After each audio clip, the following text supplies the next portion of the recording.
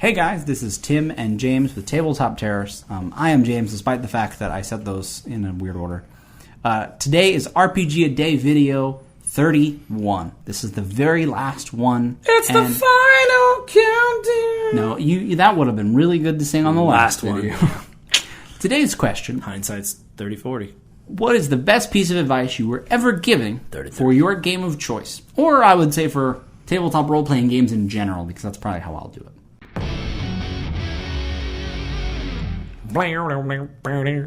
So, Tim, what do you think? What is the best piece of advice that you were ever given for your game of choice or for tabletop role-playing games? This is one of the ones I probably should have given a lot of thought to before we started. Absolutely. What is the best piece of advice you were ever given for your game of choice? So, like I said, mine I feel like would be a little bit more generic. Now, the important thing is I feel like this question is important, even if you think you can come up with a better one later, because you will. Okay. You should consider which one came to mind first, if any. So I'm going to just go instinctually. Go for it. You go. Nothing is coming to mind as one particular piece of advice. So go ahead. Okay, so mine would be... Yeah, this is hard because I want to say this one, but I'm like, but I know there are other ones. I would have to say that mine would be specifically for a tabletop role-playing game of any kind. Mm-hmm.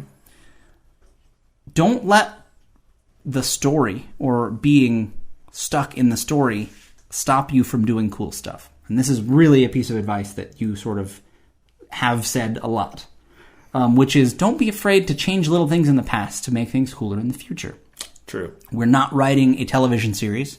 While we might have a few people watch the game and enjoy it, this is not a big budget Hollywood film, and it's not a television show that's going to be on DVD for years to come, and people are going to point out the plot holes.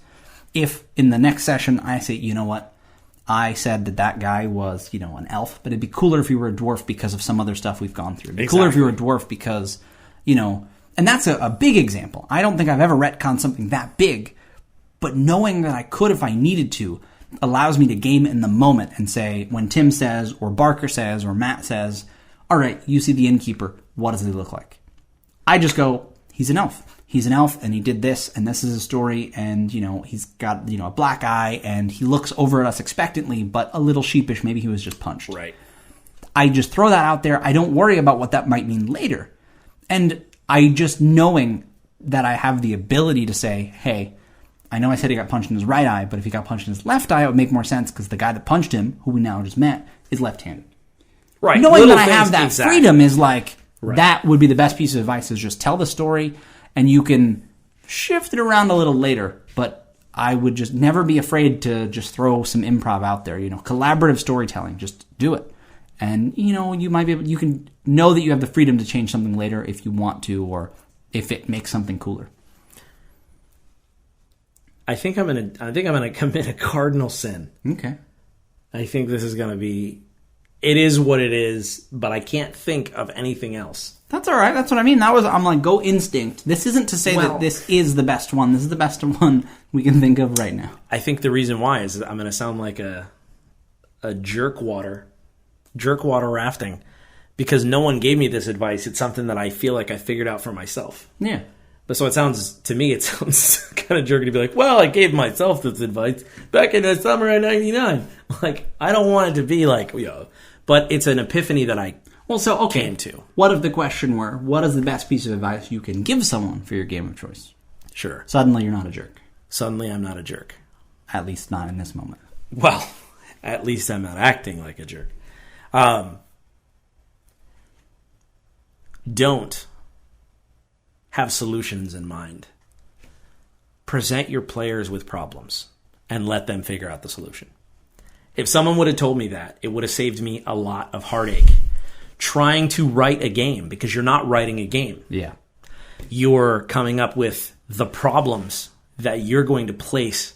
You're coming up with the obstacle course that you're setting for your characters to, in any way they choose, run through or bypass. Even if that means saying, I see the edge of this obstacle course, I think we can make it around. I think we can skirt the ledge. And you're like, perfect. Well, but I have a wizard in here who has a speech. And it's like, hey, This is not what it's about. You're not writing a story. You're right. coming up with a story altogether, basically. Exactly. There is red, bleak lightning in the sky. These obelisks fall. As they open, Warmaker soldiers pour out and are barreling toward you. What do you do? There's no, man, I hope they run away, or I hope they go this way, or man, I hope that they understand that I gave them that clue to beat them. You're like, no, this is happening right now. I'm telling you. What do you do? I was giving someone had asked me, like, hey, I'm running a game. Here's the thing. This is the scenario I set up. What do you think about it? Oh, see, I thought you were going to say, they said and when the players do X. Yes, that's exactly what I'm going for. And they were like, and then I'm going to set the building on fire.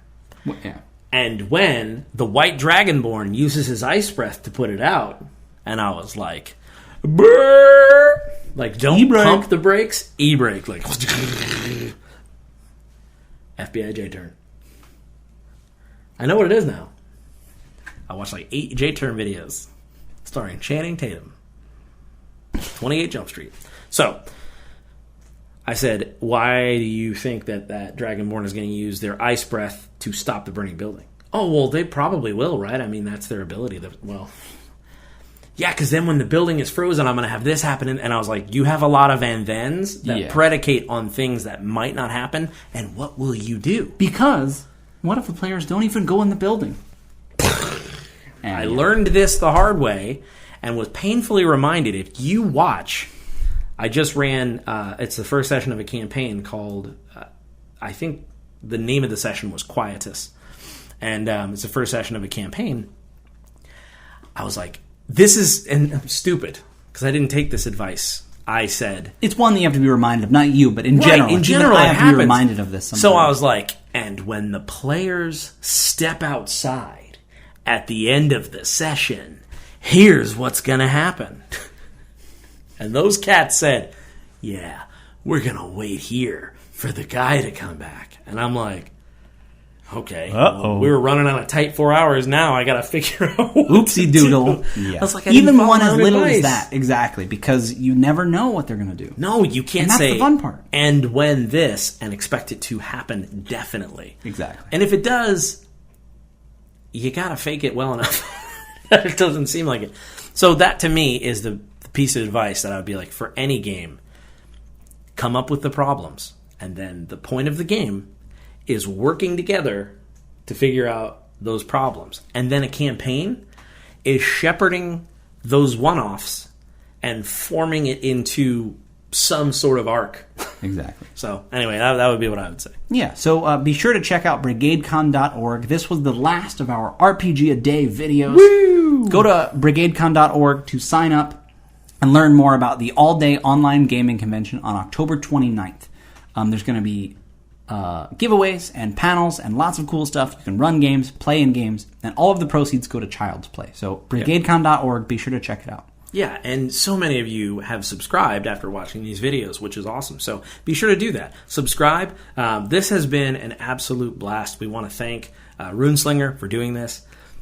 Incredible community building event. I call it an event because it's not even just a project. It's like so many people. So they have contributed videos. They have done some, all, most. It doesn't matter. Search for the hashtag RPG A Day on Twitter, on Facebook, because there are so many of these videos out there, and people are just crushing it. So we want to thank everybody for watching, and until next time, may your dice roll high.